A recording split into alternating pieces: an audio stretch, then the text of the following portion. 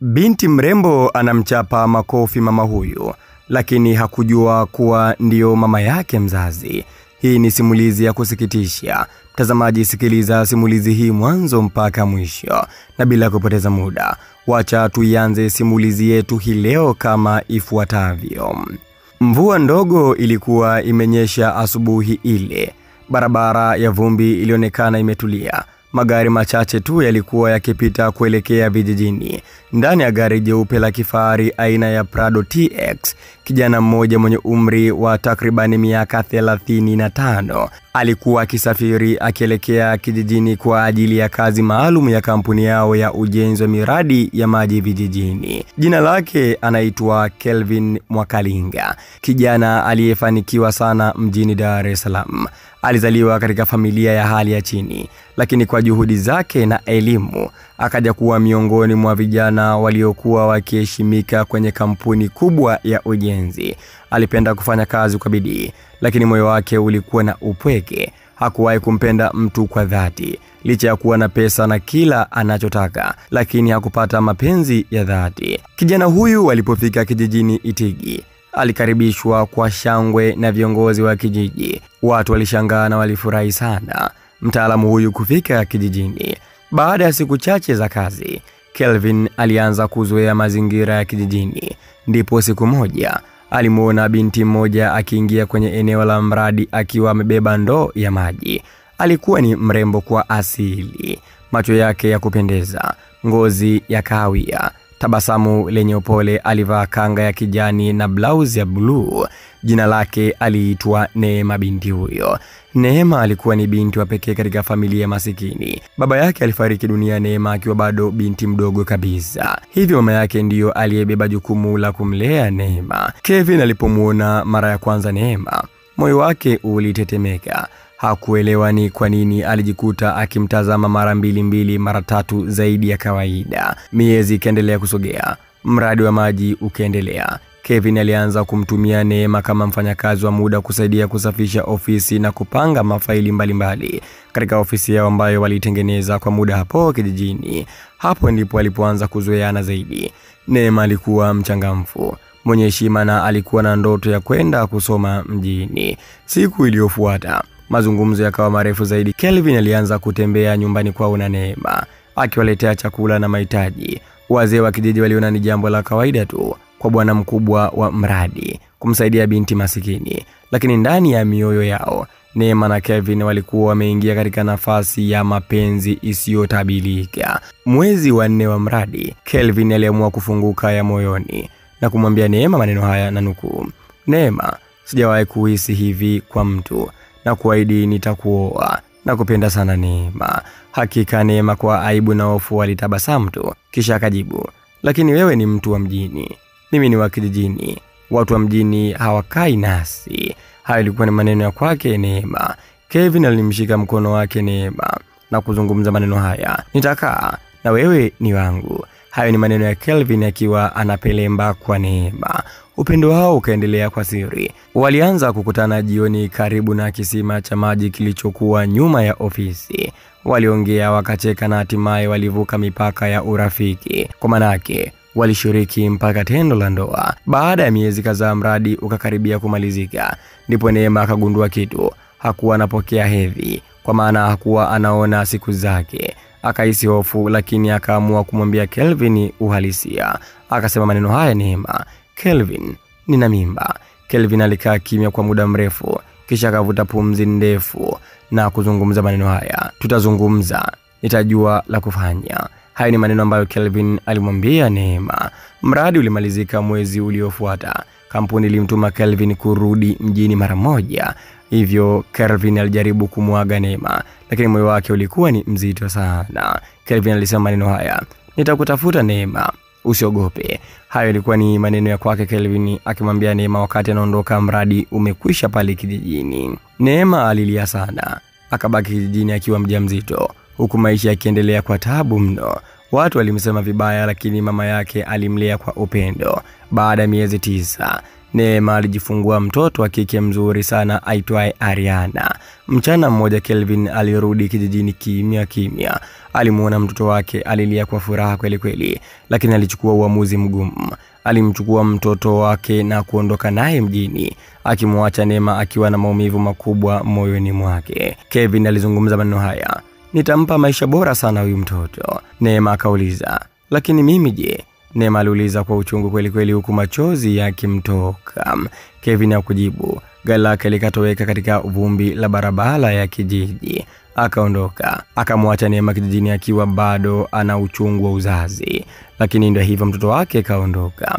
Baada ya miaka 25 kupita katika jiji la Dar es Salaam, jiji lilikuwa limechangamka kweli kweli. Ndani ya jumba kubwa lenye ghorofa 3 lilizungukwa na maua mengi ya kifahari aliishi Kelvin Mwakalinga, sasa akiwa ni mmoja wa wafanyabiashara wakubwa nchini. Pembeni yake aliishi binti mmoja mrembo mwenye akili na ujasiri mkubwa aitwaye Ariana Kelvin, mtoto wa pekee wa Mr. Kelvin. Ariana alikuwa mchana mwenye umri wa miaka 25. Alisoma vyuo vikubwa nje ya nchi.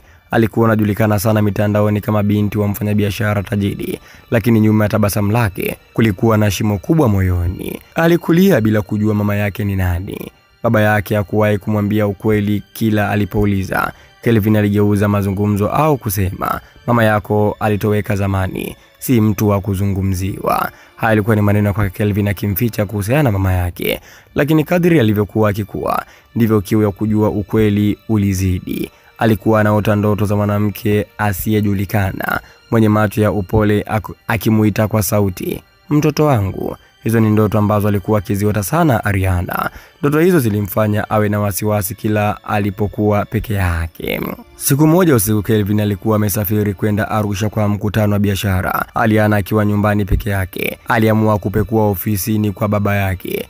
Alifungua kabati lililofungwa, akakuta bahasha ya zamani ya hudhurungi. Ndani yake kulikuwa na picha ya mwanamke kijijini akiwa amevaa kanga na mtoto mchanga mikononi. Chini ya picha iliandikwa, "Neema na Ariana 2000." Huo ndio ujumbe ambao ulikuwa umeandikwa chini ya picha. Machozi yalimtoka Ariana. Alishika picha ile kwa mikono huku akitetemeka na kujiuliza, "Huyu ndio mama yangu?" Mara akasikia simu yake inaita, na alipoangalia ni baba yake anampigia. Hivyo alipokea simu ile kwa hasira kweli kweli na kusema, "Baba, kwa nini umenificha haya? Kwa nini haukuwahi kuniambia ukweli?" Kelvin alikaa kimya kisha kazungumza, "Ariana mwanangu, nitakueleza yote, lakini si kwa simu tukionana. Nitakwambia." Lakini Ariana hakuwa na subira. Kesho yake asubuhi aliingia katika gari na kuamua kwenda kijijini. Kijiji ambacho jina lake lilikuwa limeandikwa nyuma ya bahasha. Kijiji hicho kilikuwa kimeandikwa Itigi. Safari haikuwa rahisi. Alitembea kwa zaidi ya masaa 5 akipita barabara za vumbi. Mwisho wa safari, gari lake likawa linapita katikati ya kijiji kidogo chenye nyumba za udongo na paa la nyasi. Watoto walikimbia kushangaa gari hilo la kifahari linaingia kijijini. Alipokuwa akigeuza kona, mmoja mwanamke mzee alijitokeza ghafla barabarani akiwa amebeba kuni. Ariana alikanyaga breki kwa nguvu. Gari likasimama kwa kishindo. Kwa hasira, Ariana alifungua mlango na kushuka na kuzungumza maneno haya, "Mama, wewe unataka nikugonge? Uji kuangalia barabarani?" Mzee yule alishika kifua kwa hofu. "Samahani mwanangu, sikukuona." Lakini kabla hajamaliza, Ariana alimrushia maneno ya dharau na hata kumchapa kibao kwa hasira mama huyo. Watu kijijini walijitokeza kushuhudia. Mzee yule alinyamaza, akajifuta machozi, akatulia tu, hakujibishana tena. Ariana akaingia tena katika gari, akaondoka huku moyo wake ukiwa mzito, lakini bado akiwa na lengo la kumpata mama yake mzazi. Alipofika ofisini kwa mwenyekiti wa kijiji, akamwambia, "Samahani mwenyekiti, natafuta mwanamke anaitwa Neema. Nimesikia anaishi hapa." Mwenyekiti akatazama kwa mshangao. "Neema? Yule mama aliyekuwa akiuza mboga sokoni hapo nyuma ya zahanati?" Neema akajibu, "Ndio huyo huyo." Mwenyekiti akatabasamu kidogo. "Njoo nikupeleke." Mwenyekiti akamwambia hivyo Ariana. Wakaanza kutembea mdogo mdogo katika barabara ya vumbi wakipiga story 2-3. Wakati anafika karibu na nyumba ya udongo iliyochoka kweli kweli, Ariana akahisi tumbo likimsisimka. Mwenyekiti akabisha mlango, ndipo akatoka yule mama ambaye alipigwa makofi muda mchache uliopita na Ariana, akiwa amevaa gauni lake lile la kijijini. Uso wake umechoka lakini macho yake bado yalikuwa na upole. Ariana alishika mdomo wake na kuzungumza maneno haya. Mwenyekiti, si huyu ndio niliyemkuta barabarani? Mwenyekiti akasema ndio, huyu ndiye Neema, ndiye unayemtafuta. Hayo ilikuwa ni maneno ya mwenyekiti. Kimya kikatawala, upepo ukapita, macho yao yakakutana.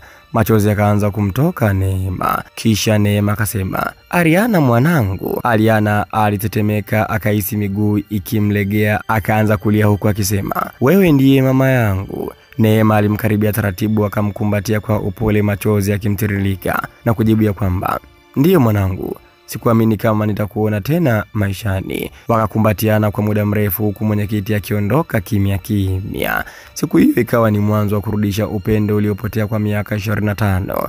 Ariana aliomba msamaha kwa mama yake kwa maneno mazito aliyomtamkia.